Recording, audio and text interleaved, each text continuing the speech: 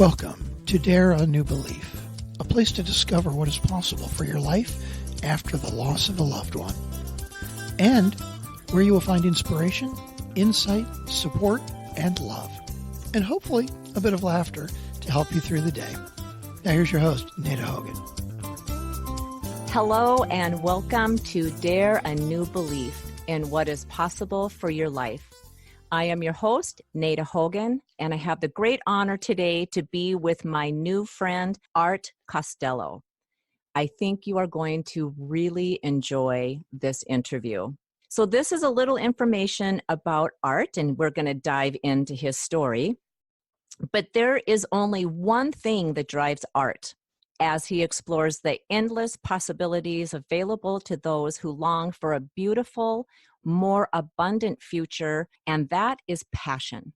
A passion for revealing the truth about you, your destiny that brings with it ultimate fulfillment.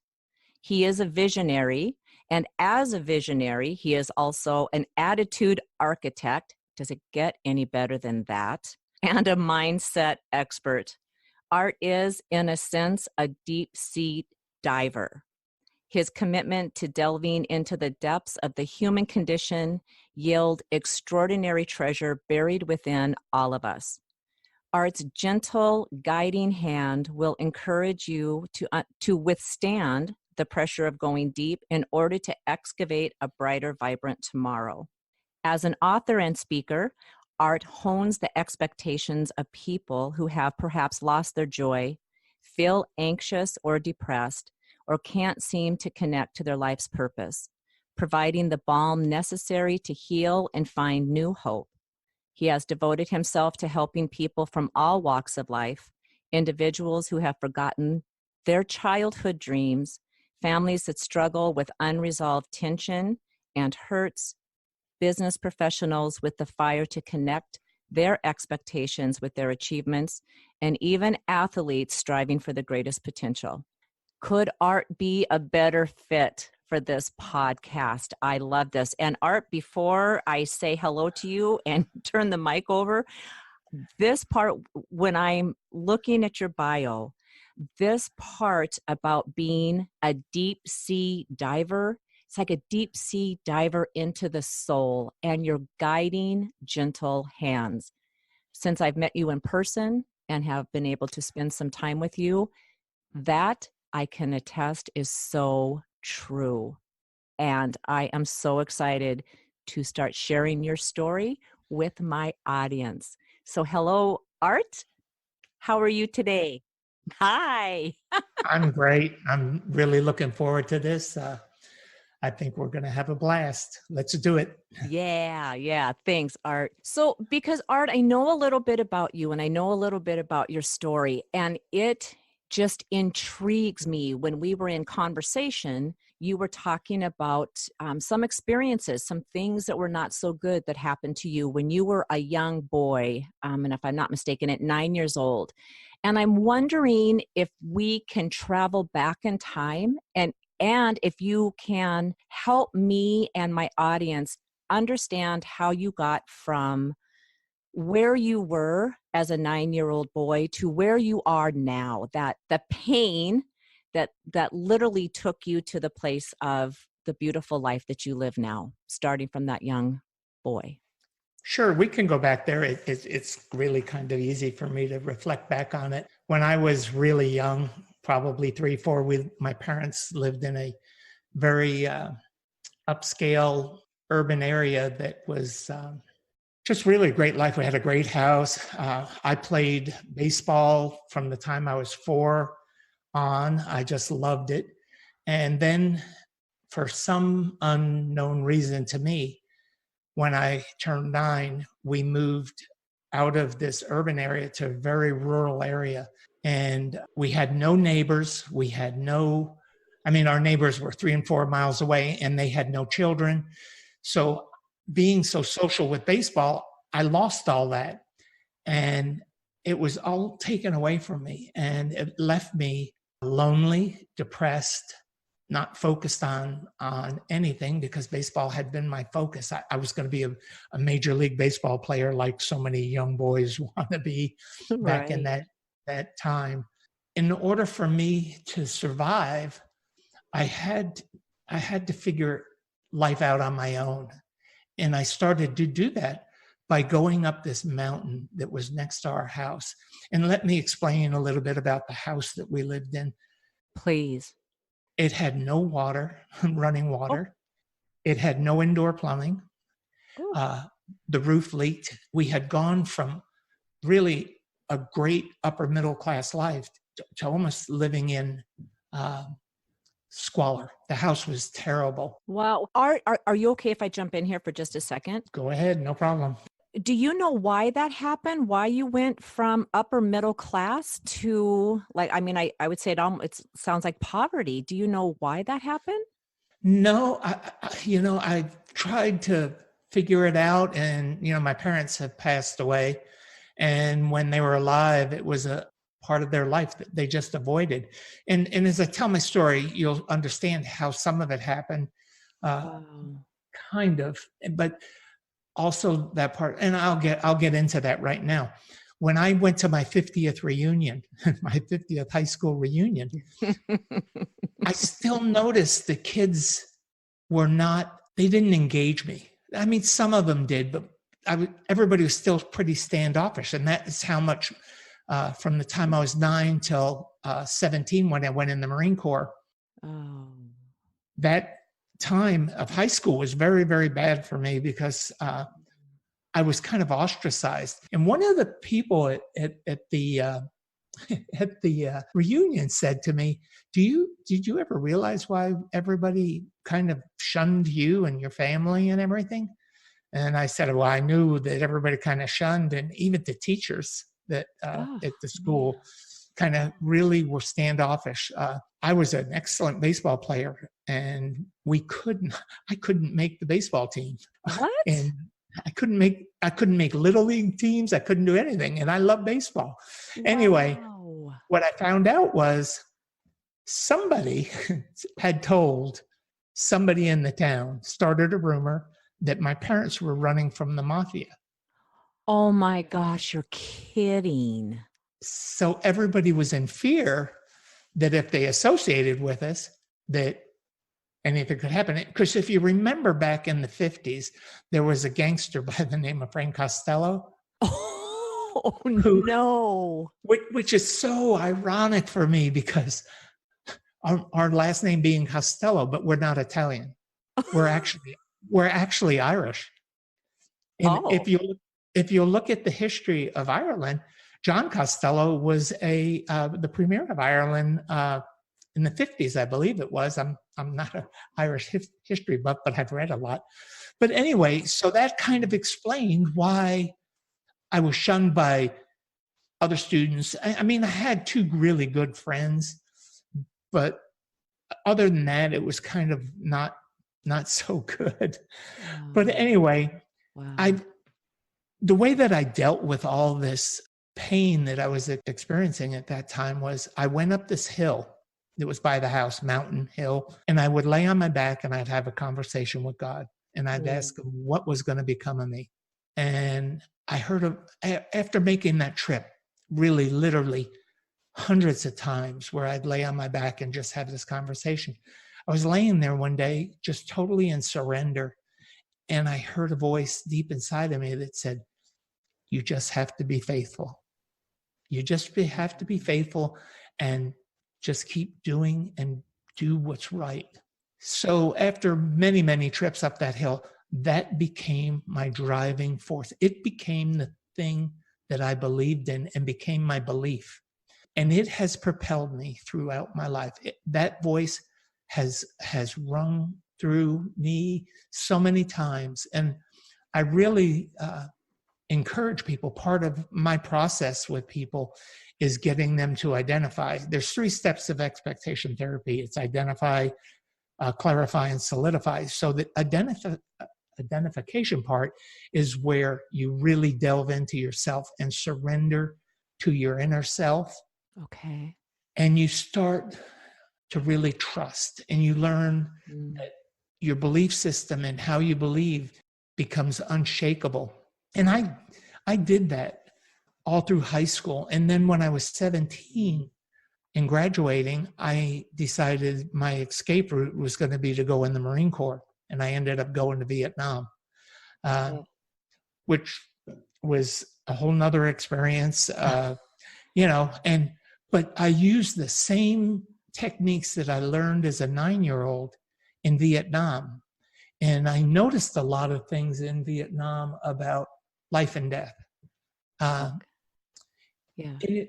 we don't control it, because one of the hardest things for vets to understand is survivors. Why did we survive? Those of us that have survived combat and war, I mean, we suffer, I guess, from survivor's guilt. I call it. Some people call it PTSD. I don't know. But I know that the way that I dealt with it was that I know that everything in life has a purpose. Yeah. Whatever that purpose is, it's not for us to question it. We're just to become the catalysts, the doers that just keep going and keep creating and keep our belief system going and faithful and that. And I just noticed that it was a real great tool for me to use to combat any of the tragedies in my life. So I got through Vietnam, and then life became very good. I've always done everything that I wanted to do. I tried out and played baseball and actually made a semi-pro team that was affiliated with the Dodgers. So I proved to myself that I was worthy, that I had the abilities, even though I didn't make it to the pros. I was older, played in college and all of that. Owned my own business, worked in the entertainment business. I have always been a doer. I just do. Yeah. So got married the woman of my dreams, beautiful San Diego blonde girl. And we had 3 children, and life advanced, and owned my own business, and always within my head this belief that I could do anything, and all I had to do was be faithful and just do. Wow. Then in 2003, the rug got pulled out from underneath me again. 2003, September 23rd, 2003, my wife was diagnosed with ovarian cancer. And I stopped everything and took care of her. She had taken care of me for 35 years, and I felt that I needed to drop everything and take care of her. It was what she wanted. In September 16th, 2006, she passed away. She lost her battle with ovarian cancer. And prior to that, 2 weeks prior to that, she had called me into the bedroom and asked me to sit down on the side of the bed. And she said these words to me: "I want to give you a gift. Oh. I want to release you from your marriage vows so you can go find somebody else who deserves you as much as I have deserved you." And at the time, I just didn't believe it. It's one of those things where somebody says something and you think, golly, I'll never find anyone else. Right. And it just takes your breath away. Yeah. Wow. 2 weeks later, she passed away. And I went into the grieving process and probably dishonored her for the next 2.5 years, the worst way anyone could. I started drinking and not being a good person, and just felt lost and devastated and didn't see any purpose in life anymore. One day, my kids came over and they said, "Dad, you had promised Mom you wouldn't do this, and she knew you pretty well. Oh. and you're doing it, and you need to wake up." Yeah. They left, and at 2 a.m. in the morning on our lawn of our ranch out in west of Austin, Texas, I got up out of bed, went out into the yard, laid down on the grass, and looked into the sky again and asked God what was going to become of me.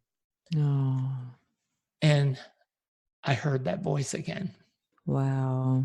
And it just said, hey, buddy, I've given you all the tools. You just need to use them.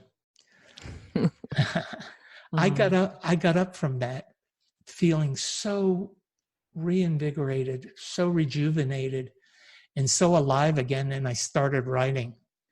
And when I started writing, out of that writing came my book, Expectation Therapy. But what it did for me is, in reflection, I started looking at how I have always healed myself and how I have always set my mind.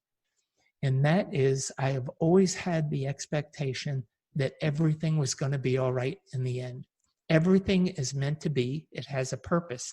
Yeah. What my job is, and what our job is as people, as human beings on the face of this earth, is to learn how to manage all of those expectations we have and just become a doer of good deeds and just start living the way that we were intended to, because everything that has happened to us is bringing us to this place of where we are now. Right. Who we are, how we create, how we do, and we do not have control over so many of these worldly things. But what we do have control over is how we expect and how we move forward and how we drive ourselves. And that's how I've created what I've created. Wow.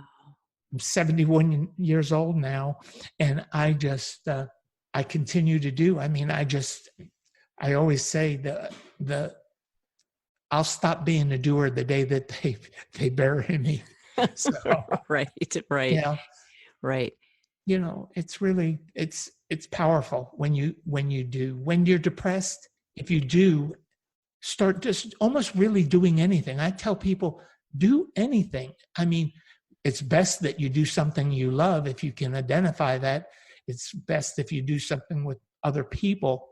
But as long as you're doing and creating, it's very rewarding to the soul and your passion and how you move forward. Right. Absolutely. Absolutely. And Art, I want to go back a little bit to back when you were 9 and laying on the hill and you had asked God the question, what is going to become of me? And that's when you started understanding, maybe you did know what that was, I'm not sure, but about this expectation therapy. I think that's where the whole thing started from, was way back when you were 9 years old. Is that correct? When God spoke to you, because you heard it in your heart, you didn't hear it. It wasn't an auditory. Is that correct? It was in your heart? Yeah, it was more in my gut. Okay. My heart, my gut, I mean, it was more that. But yeah, you're correct in a way. It's where expectation therapy was born.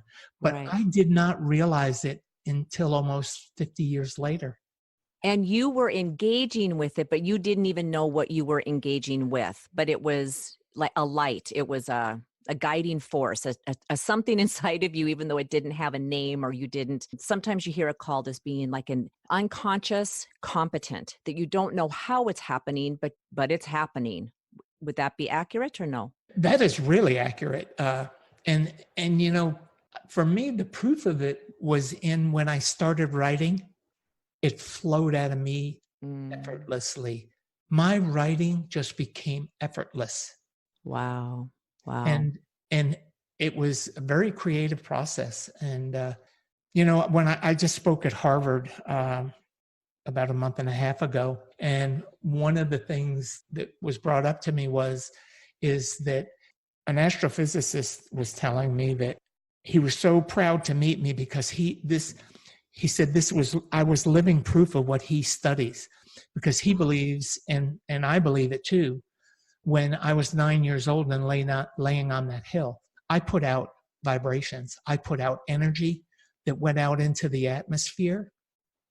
Yeah. And because I believed in it all of my life, it was the one belief that I had that I could capture it. I controlled it. It was mine. It didn't belong to anyone else. No one could hurt it. No one could harm it. No one could do anything to it except me. It was my one thing in my life I could control, was that belief. Right. in putting out those vibrations, they've been in the atmosphere all these 50 some years and have now come full circle where I'm actually living it. I'm Wow. actually living it. And when I heard an astrophysicist explain it, it brought goosebumps to me, because it's something we're all capable of, but most of us are so scared by it that we just tuck it away. We don't surrender to it. And Right. because it was the only thing I had, I lived it. I let it go. I let it permeate my being. Right. And I believe that that's how it grew, how my compassion for people grew. It just effortlessly for me, it happens. And I've just honored that God chose me to realize it and live it. And I believe that that's why expectation therapy is so effective with people, because it gets to the root causes of what somebody's problem is, and we can work through it, through the 3 steps that I explained. Right. And by the way, those 3 steps came out of physics. There's a formula in physics that is called the formula of expectation. And what that formula basically does is identify the probability and possibility of an experiment coming to fruition and what the results will be. All I did was took those, and this came out of, these conversations I had with God laying on my back and just letting myself go. And this is part of what just came out of me. I turned that around into a behavioral formula, and that's how identify, clarify, and solidify came to expectation therapy out of that formula. And I had never studied physics. Wow. So I have so many questions for you. Oh my God. You and I are going to do another podcast just on the part with the astrophysicist, because that is exactly how I live my life. And I never knew that until probably maybe I was introduced to vibration and living on frequencies and living on vibrations and what thoughts do and what the vibration and the weight that your words carry. I just became aware of that maybe 9 years ago. So wow, that's a whole podcast in itself. But you didn't know anything about physics when you came up with the whole expectation therapy, these 3 steps. You didn't even know this. Nope, didn't even know it. And since then I've started, studying physics and quantum physics and that, whole realm. And it's very intriguing. My next book I want to write, if I ever get the time and energy to do it, is called Quantum Expectations. I love it. Oh, man. So one of the questions, when you were 9 and you had this big transition in your life, and it's like the catalyst for everything. So there's this huge blessing in being in this dilapidated house that doesn't even have indoor plumbing, which I can't even imagine what that is like. And especially during the cold winters, because you said upstate New York, is that correct? That's correct. Yes, so chilly. It got so cold. Oh man. Oh, bless your heart. Cause I don't know, that could have been the end for me. But I'm wondering, did you have any kind of spiritual belief or spiritual faith back then before you had the encounter on the mountain? I like that. Yeah. Was there anything there then, or were you curious, or just didn't know? I had been raised, my parents' idea of religion for their kids was taking us to church and dropping us off at the front of the church and picking us up when service was over. But I was raised Catholic. But one of the other things that I did when I was younger, 9 and 10 and 11, is we had horses and cows and stuff. And I would talk to the animals. Yeah. I remember talking to my brother's horse, and I can remember the horse just always like putting his head on my shoulder and just, just having these engaging talks with a horse. He didn't talk back to me, but, I would talk to him, and he, it was like he understood. Yeah. And I think I've always had a spiritual nature to me. And I think it wasn't until, after I was 60 some years old that I really explored it. Yeah. So, but I've always believed that there was something greater, that there was something better than me. And Vietnam taught me that too, because when I was in Vietnam, I'm not sure if you know the story about adopting or trying to adopt the little girl in the orphanage. I do know the story, but I know that my audience would love this. This is the most heartbreaking, heartwarming, beautiful story. And I think this was a big change for you too, wasn't it? Didn't this help with all of the processing that you were going through? Yeah, to me, when I look back on it, I call it where I learned to love, because life became not about me, but it became about a little Vietnamese girl that was in an orphanage. The way the story starts is we were coming off of a patrol, and we were coming down through this village, and I walked around the side of a hooch, and there was a little girl standing with her hands through chicken wire looking up at me. And I would say she was probably about 8 or 9 years old.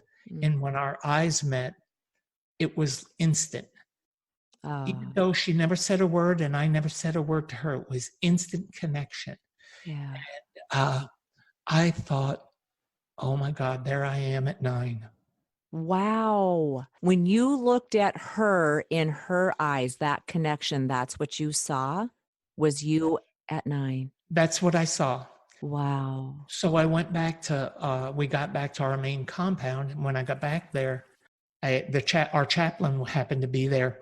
And I asked him if he knew what that was. And he told me it was an orphanage and that he went out there once a week. And I told him about this. He said there was about 20 kids there. And I said, well, there's this little girl. I think she's probably 8 or 9. And I explained to him. And he says, oh, yeah. He says, I think I know who you're talking about. So I said, I want to put her through school. I want to get her clothes. I want to get, tell me what she needs. And I'll write home and get money out of my account, and I will start supporting her. Yeah. And we had this conversation with the chaplain, and he said, if we do that for one, we really should do it for all. So I told my parents to send me all my money I had saved from being in Vietnam. And of course, my parents said, hey, we could start a drive here and we'll start raising money and buy goods and stuff to send to the orphanage. Well, it grew from that orphanage to another orphanage to another orphanage and they called it Operation Morale. And it really did a lot. So my year in Vietnam came and went. And when it was time to leave, I petitioned the Marine Corps to let me take Yoon home to the United States. And of course, being an 18-year-old Marine, single, the Marine Corps said, no, there ain't no way that's going to happen. Right. Yeah, right. I mean, you're going to take a little 9, 10-year-old girl, back to the United States, away from what she has. And they said no. So I made arrangements with Father Volz, the chaplain, to take care of her because he was going to remain there. And he did that. And in the meantime, I finished my tour of duty in the Marine Corps, was preparing to get out. In February of 1968, I got a letter from Father Volz that said, you can stop sending any money. And he went further on to say that during the Tet Offensive in early February, the orphanage had been overrun by the North Vietnamese and the Viet Cong. And of course, we all know that anytime any place had heavy roots to the Americans, if they had very little value. And he said that all the kids were lost in battle. Oh. So poor little Yoon, I'd like to someday go back and see if I could either find a grave or some sign, maybe by chance she escaped. Right. I don't have any way of knowing. Right. And unless I went back there and tried to find somebody, 50 years later that would know, which I don't know is possible. But anyway, Wow. How heartbreaking, Art. Oh my Yeah. gosh. But that little girl taught me that life was not all about Art Costello. Uh, because you know, as a 17-year-old cocky Marine, Right. everything revolved around me. Right. And it really did. It was pivotal in my change, in my maturation as a human being. Yeah. And I'm grateful that I did what I did. I pray that I made her last years on earth blessed. Yeah. Oh, I have no doubt that you did, Art, and I can hear that emotion, and God bless you. And I'm just wrapping my arms energetically around you because, wow. I mean, just even to reach out and to do something, I would imagine was maybe even enormously impossible. There could have been that whole feel like, what do I do? I'm in Vietnam, and the steps that you took and to help. And it's just the most passionate. I love that story, and I love the help and the hope that you brought to the whole orphanage. And it brings up a question for me too with Yoon. Were you able to, because you said when you saw her, she was, her hands were through this chicken wire fence. Were you ever able to spend time with her? Yeah, what Father Volts did, and actually I had a part in it, was when I guess that probably was around September that I had our eyes first met. So we arranged for her to have the orphanage come into our compound for Thanksgiving dinner. Oh, And they brought all 20 kids in on a 6x, and all of our unit gathered around the back of the 6x. And when she came off the back of it, our eyes met again. And she ran, oh, she ran to my arms.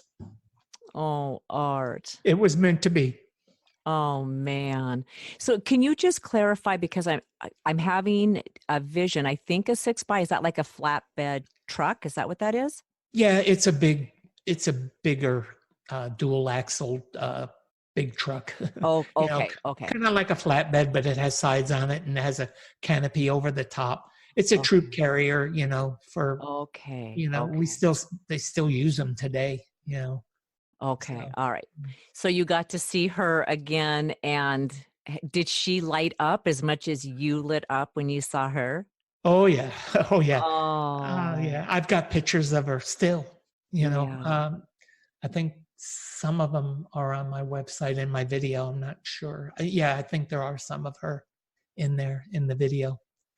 So Isn't it amazing how our greatest teachers come from the most unexpected events or things or people? So, this little Vietnamese girl, because you said she was how old, Art? 9.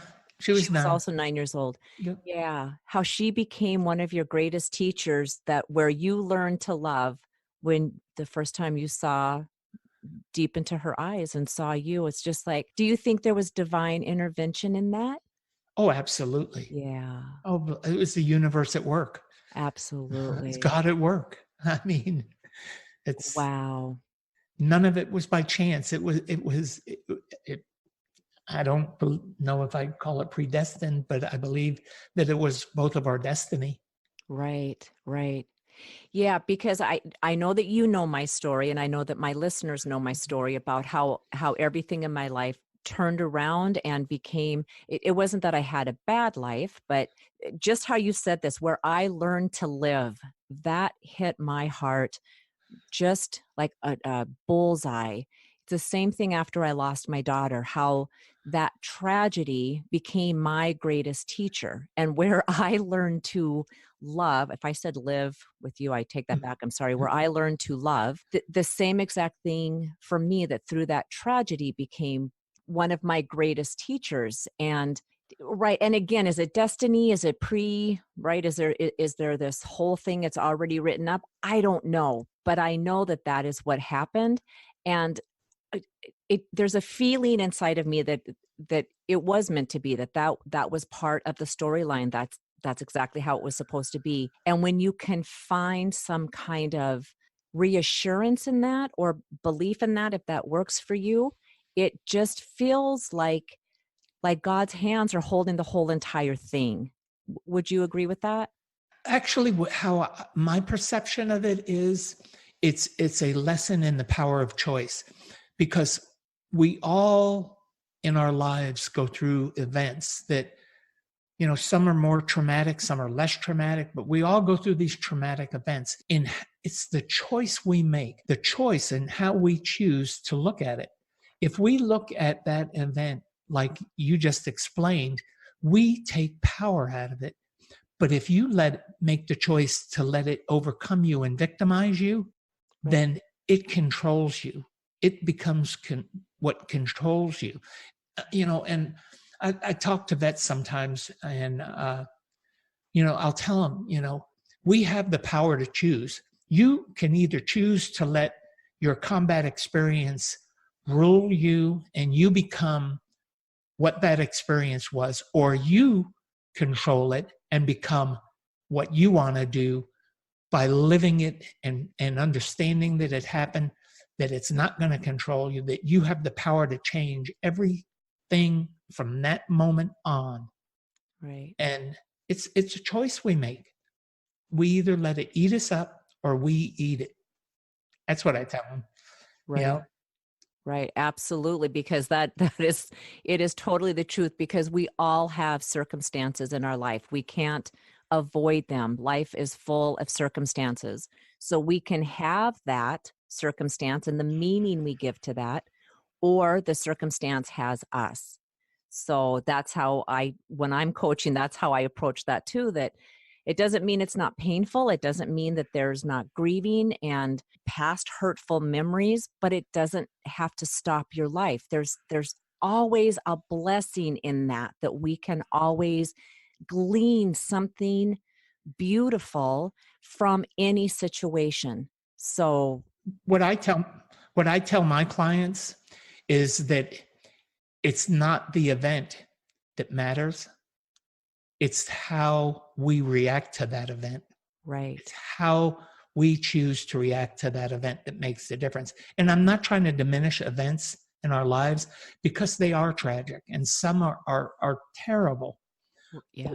But really what it becomes is how and what we make of that event. We can either make it positive or negative. Right. And the positiveness comes out of it is we use these events to catapult other people, ourselves, our families, friends, our clients. We use those events to catapult us.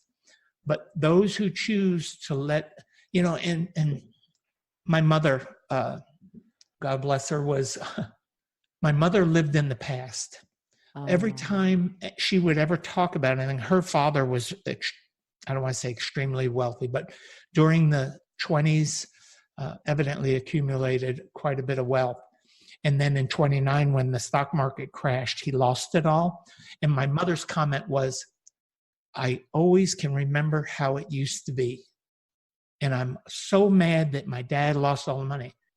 And I used to say to her, Mom, it doesn't matter.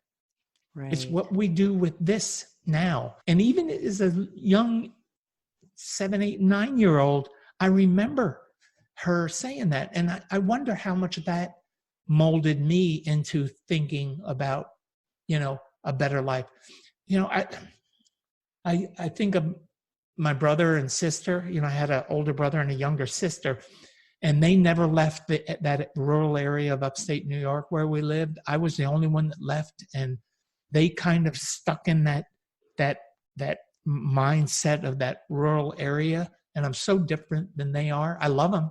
My brother passed away last year, but my little sister, I love her to death. I wouldn't trade her for all the world. And, but I wonder how different it would have been had they left. Right. Because I was the only one that left.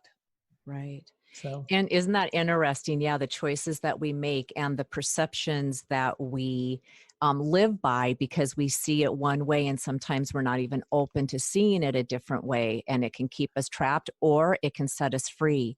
And I have a question. It just popped into my head with your mom, because obviously she grew up very wealthy until she was 8 or 9 years old. And then when the stock market crashed and they lost it all, is it almost like she was reliving that whole event when whatever happened with you guys when you were 9 years old and you went from this upper middle class lifestyle to this dilapidated house in upstate New York? Was it kind of a repeat of her childhood for her?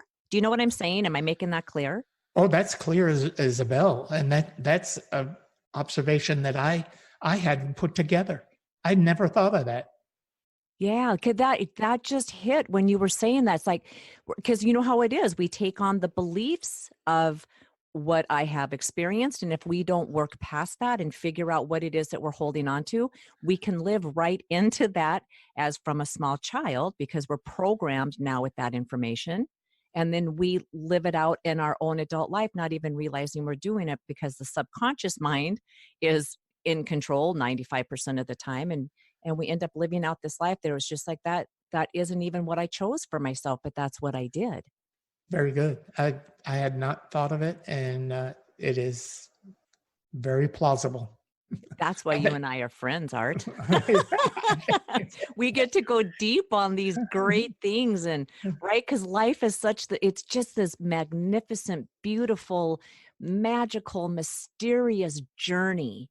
And I think we get so, because I know I used to, up until the time I lost my daughter, would get so hung up in, well, how is that going to work? And oh my God, life is just a struggle. And it's like, oh, it none of it is. It all makes sense. And it's this beautiful, I don't know what else to call it except for this magical, magnificent journey that we're on. And life keeps unfolding beautiful adventures in front of us if we're willing to see that and willing to accept good things in our life and not being stuck in our belief from the past and how things are supposed to be or should be.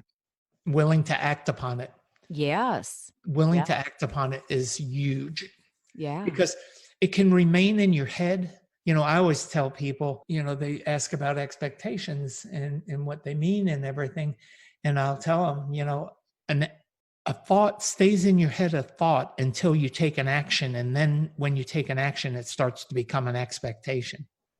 There's a little space in the brain where you go from thought to expectation because everything we do is based on an expectation.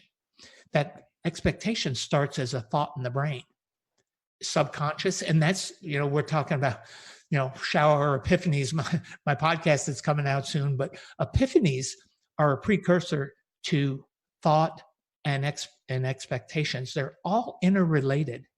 And it's how we move through them and how people move through them. Because when you have an epiphany, most people forget them really quick unless you write them down. That's why I tell people always to have a recorder, have something to write your epiphanies down, because that's the precursor to your thought. And then once you start thinking about, have thoughtful, mindful thought about that, then it starts to become an expectation. And that's what propels us through the process of becoming doers and doing things and making it happen. But most people interrupt at any three of those points. They have an epiphany, they don't write it down, it stops. They have a thought, they keep it in their head. That thought stays in their head, you know, because you hear people say all the time, oh, I thought about this, but I didn't want to do it. I was scared, I was fearful. Right. And fear is what stops them. But if you have this expectation in your head that everything is going to work out, it propels you into becoming a doer. And you'll do anything and everything and believe in the possibilities of everything and everything, because that's me. I believe that anything is possible. And I believe that if you take action and have a plan, it becomes probable. And then it becomes whatever it was meant to be. Right. Right. That's awesome. Art, I think I have a product for you to develop, because you hear of this happening all of the time, and your podcast that's coming out, Shower Epiphanies. How many of us haven't had an epiphany in the shower? It's like that you are naked.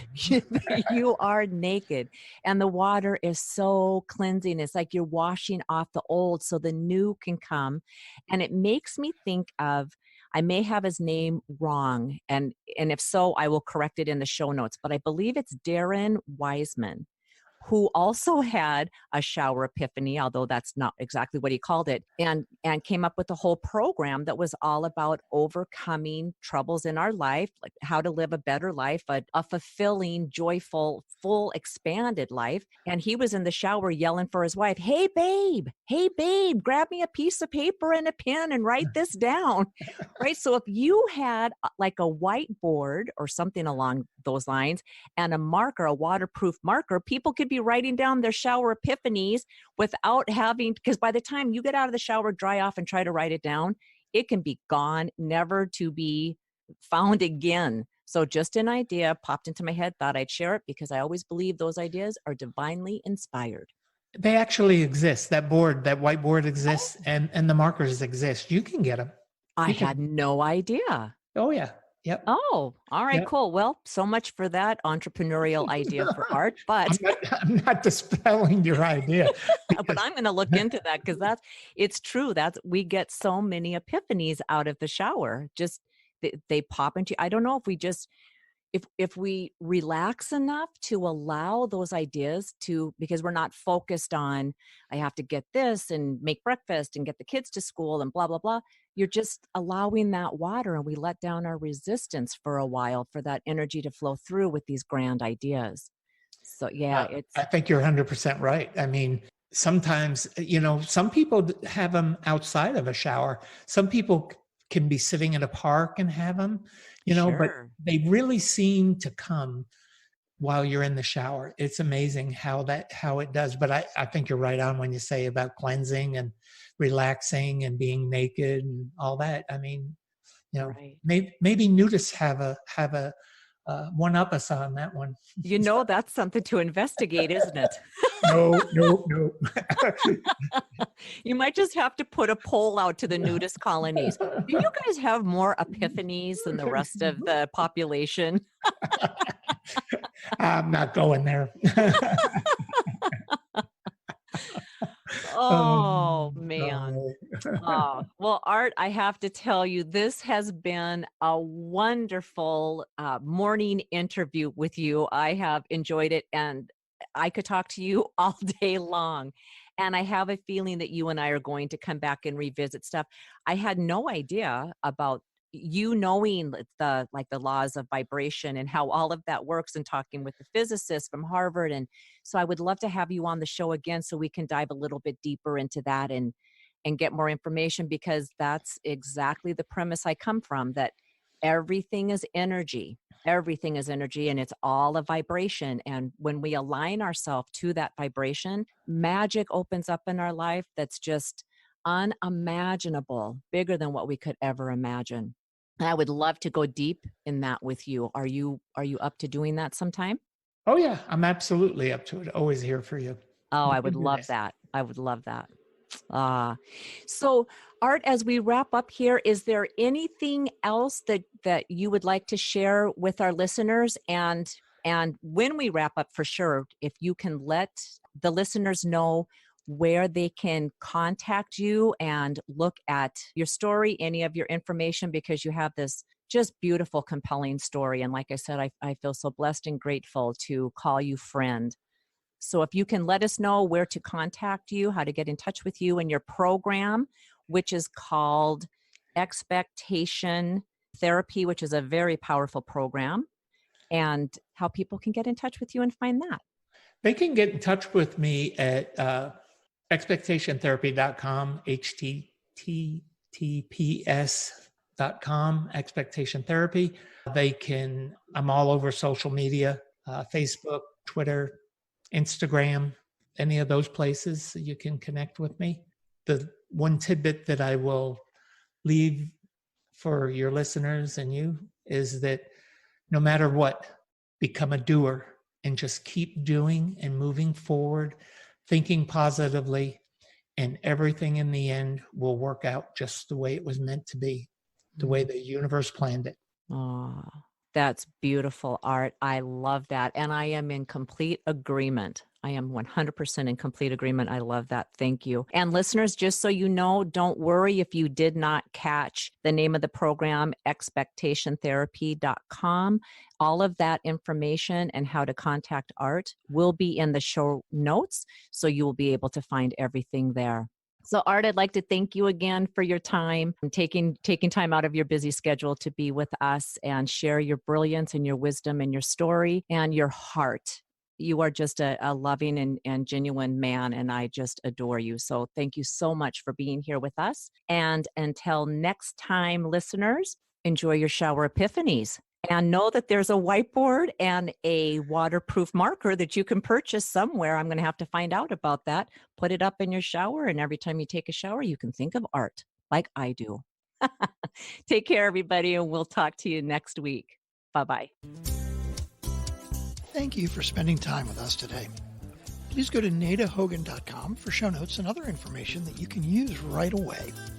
If you like what you've heard here, please subscribe to the podcast. And don't forget to rate and review right there on iTunes, Stitcher, or however you get your podcasts.